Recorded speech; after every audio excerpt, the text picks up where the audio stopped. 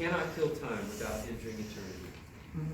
We've all heard, I'm just killing time. We're just killing time. I'm just, no, there's no such thing as killing time, because you cannot kill time without entering eternity. The third point I would like to point your attention to is this. We need a meaningful motivation when it comes to managing our time. The singular key in this principle is that in making our time management Christian is letting our love of God and letting our love for others guide our discipline. We have to let our love for the Lord, our worship to Him, guide the discipline of our time management. Does that make sense? If you love the Lord, you want to manage your time well. Let the love of God and the love of others guide your time management. Romans 13 verse 8 says, "Owe no one anything except to love one another. For he who loves one another has fulfilled the law." And then in verse 10 it says, "Love does no harm to a neighbor. Therefore love is the fulfillment of the law." Acts chapter 17 verse 25 says, "Nor is he worshipped with man's hands as though he needs anything, since he gives all life, breath, and all things." It was Martin Luther who said, "It is not God who needs your good works, but your neighbor."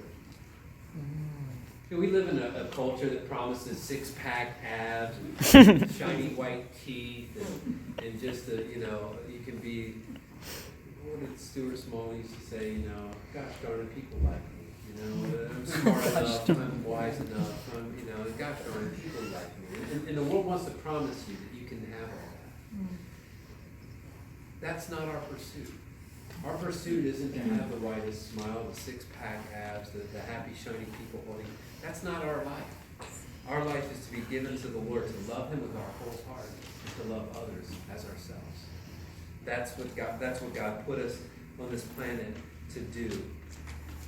I think of the woman in Luke chapter 7. It's one of my favorite stories.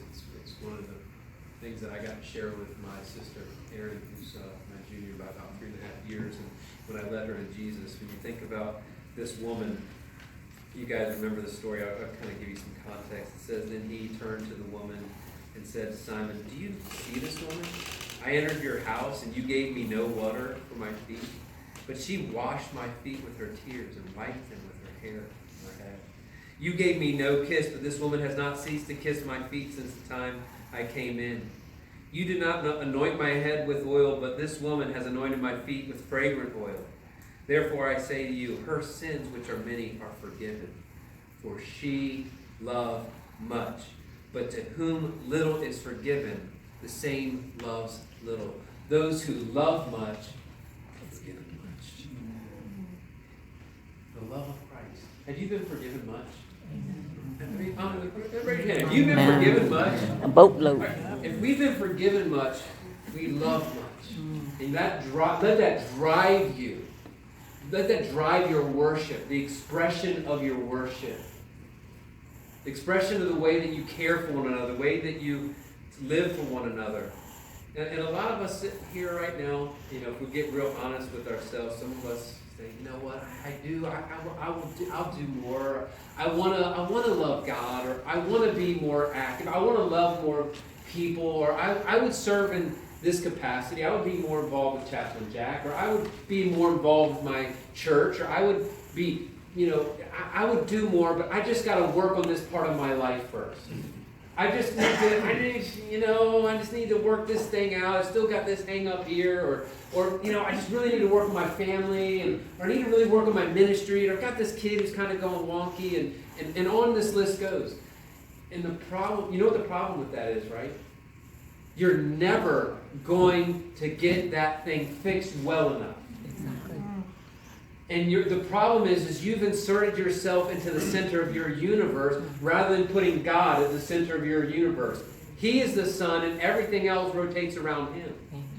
And the thing is, as we look at our life, we need to have this pattern. You say, what? I need to be in the center of God's will. I need to love Him with my whole heart. I need to serve Him. And some of you don't want to serve. Some of you don't even be involved in your local church. And to you, I tell you who you are. You're an orphan. Mm-hmm. You need to be in the body of Christ. You need to be a part of it. You need to be connected. Jesus said, I am the vine. You are the branches. If you're apart from me, you can do what? Nothing. Nothing.